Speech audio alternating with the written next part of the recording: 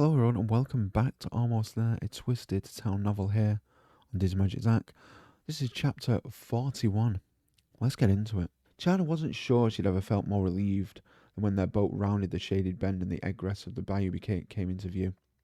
She could see the white dome that sat atop the 20 plus stories of the Hiberia Bank building, the tallest building in the city. But that was all she could see.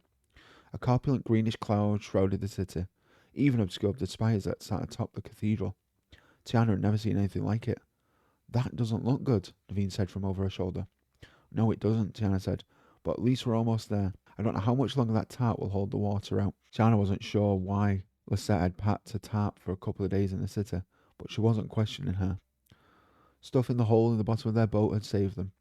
A troubling thought suddenly occurred to her as they neared the approach of the Mississippi River. Guys, I don't think we can paddle this boat against the current of the river, especially with that thick algae covering it. It's been hard enough rowing along the bayou, and those waters were relatively calm. I think you're right, Lisette said. Wait a minute. Tiana held up a hand. She pointed to a rickety pier that she had seen better days. See those railroad tracks just beyond this old pier? They lead to the main docks.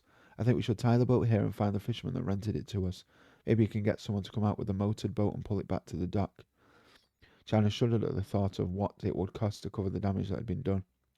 She wouldn't be surprised if it depleted what little savings she had been able to amass since buying their building in Treme. But it would be worth it if this Landais woman Lisette spoke of could provide the help Tiana needed to finally defeat Facilier. They navigated their boat to the pier. Dark green sludge that coated the entire structure made it 1,000 times more difficult to tie the boat down, but they were able to secure it with double knots to one of the wooden beams. With the way her luck had been going since that big rainstorm hit, the entire beam would probably break away and send the boat sailing back down the canal before the fishermen could get back here to pick it up. Once out on the boat, the five of them started down the train tracks that ran along the shore's edge. They arrived at the main dock 20 minutes later. My goodness, Jana cried with a gasp. The sludge was even thicker here. It covered every surface, its mouldy, putrid smell permeating the air. China searched through the miasma of imposing fog, algae, and confused people, hunting for the old man with the scar on his face from whom she rented the boat. She found him in the same spot where he'd been 2 days earlier. You're back, the fisherman greeted. He looked around.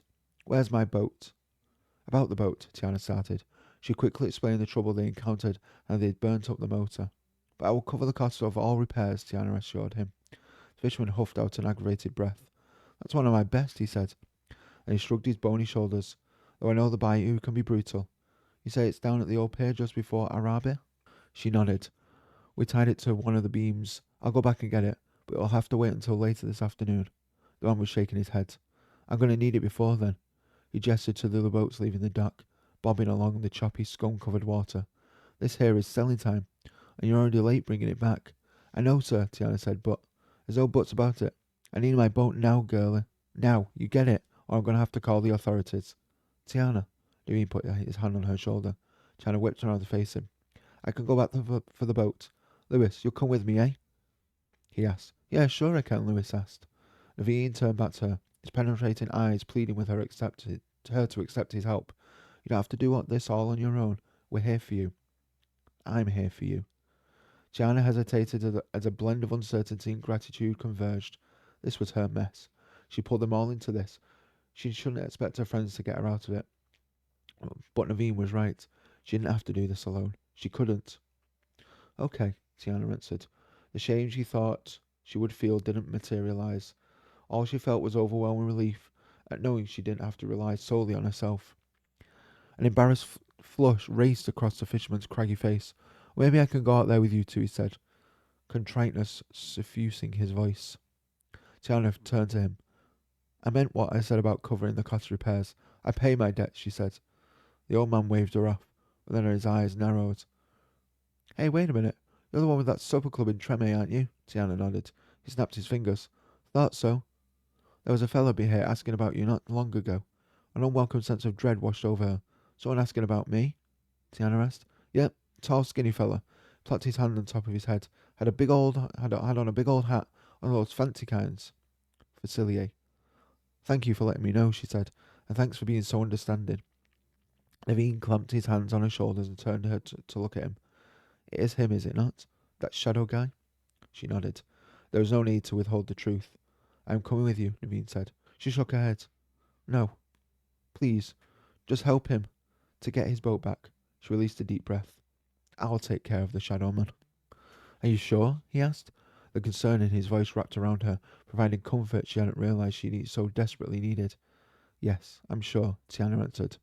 Thank you, but I can handle this. Naveen seemed reluctant to let go of her shoulders, but after several seconds passed, he finally did. Tia, you sure you're okay, sugar? Charlotte asked. I will be once I talk with this woman Lisette is taking me to see, she said. Okay, well in that case, I'm catching a taxi cab home, Charlotte said. I need to burn these clothes and spend the next few hours in a nice hot bubble bath. China walked over to her and wrapped her in a hug. Thank you for all your help on the bayou, Lottie. You really stepped up. Well, what did you expect? That I would let my best friend down? She replied. I'll always be here when you need me, Tia. Remember that. She pulled back slightly and narrowed her eyes. Unless you need me right now, because I am serious about that bath. Go clean up, Tia, Tiana said. Get ready for tonight. Tonight? Yes, Tiana said. It's Shrove Monday. I'm not letting the Shadow Man ruin the big day before Mardi Gras celebration. Tiana turned to Lisette. Take me to your landing.